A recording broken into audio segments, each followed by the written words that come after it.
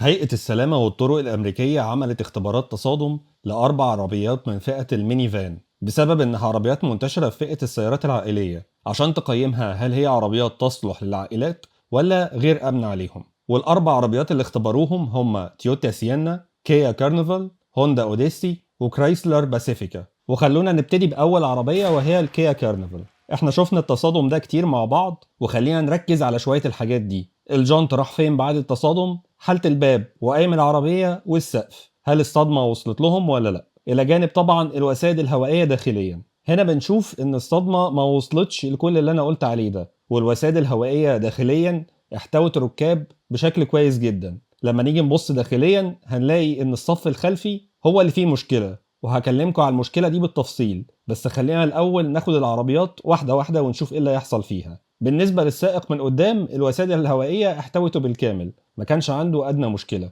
ومع ذلك تقييم العربية دي واخد مارجنال، وده تقييم تحت المتوسط. تاني عربية معانا هي التويوتا سيانا.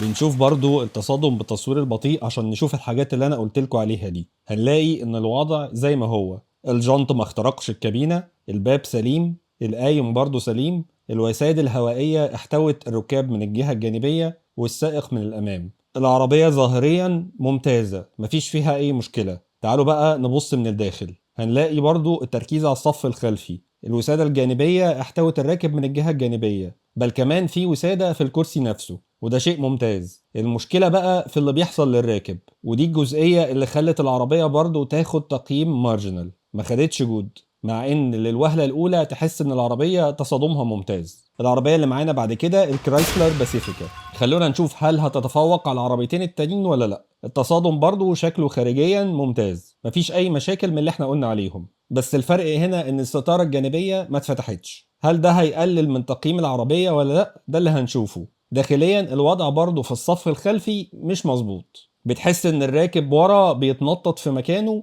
ودي حاجة ما تخلوش في امان ابدا، وعشان كده برضو تقييم العربية دي مارجنال. طب تعالوا بقى نختم بالهوندا اللي كانت مفاجأة مدوية. الحقيقة ان معروف عن هوندا ان عربياتها في الامان كويسة جدا. لما نيجي نبص على التصادم هنلاقي نفس اللي حصل في اول عربيتين. العربية من الخارج كويسة جدا، الستارة الجانبية فتحت واحتوت الركاب بشكل كويس، الجنط سليم، لا اتكسر ولا اتخلع ولا دخل جوه الكابينة، كل دي مؤشرات كويسة جدا. طب تعالوا نبص بقى من الداخل. المشكلة الأساسية في كل العربيات هي في الصف الخلفي يا جماعة. الراكب الخلفي مع ان الستارة الجانبية اتفتحت، لكن عشان ده تصادم امامي هو مش متوازن ومش مظبوط في مكانه في الكرسي، وعشان كده هوندا خدت بور، وده اقل تقييم في الاربع عربيات. تعالوا بقى نشرح ايه المشكلة وليه العربيات دي مفيش ولا عربية منهم خدت حتى اكسبتبل. لما نيجي نبص على الكرايسلر اللي واخدة مارجنال هنلاقي ان المشكلة الاساسية في كل العربيات في الحزام. وضعية الحزام بالنسبة للركاب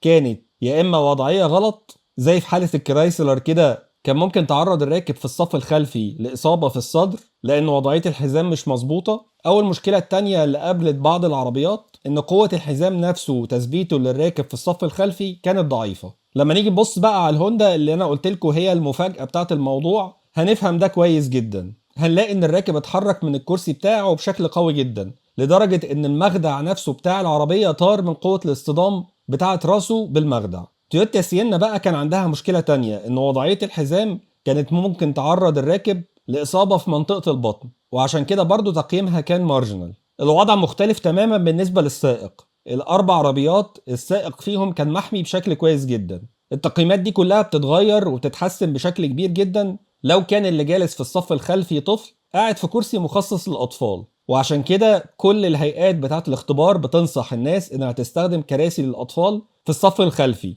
لأنها بتساهم بشكل كبير جدا في حمايتهم. الهيئة بتقول إن العربيات دي كانت مخيبة بالأمان لأنها بالدرجة الأولى مخصصة للعائلات، والمفترض إن الشركات دي كانت تفكر في أمان الصف الخلفي زي ما فكرت في أمان الصف الأمامي، خاصة إن اللي بيكونوا في الصف الخلفي هم أطفال. وعشان برضو أصحح معلومة مهمة، العربيات دي مش على خط الإنتاج، دي عربيات موجودة في السوق، والهيئة بتعمل الاختبارات دي عشان تخاطب الشركات إن هم يصححوا من أمان العربيات دي قبل ما ينتجوا منها دفعات جديدة أو موديلات جديدة. فاللي أقدر أقوله لحد دلوقتي إن هوندا أضعف عربية في الأربع عربيات، فلو أنت بتفكر في العربية دي وعندك أطفال أعتقد إن أنت محتاج تغير تفكيرك.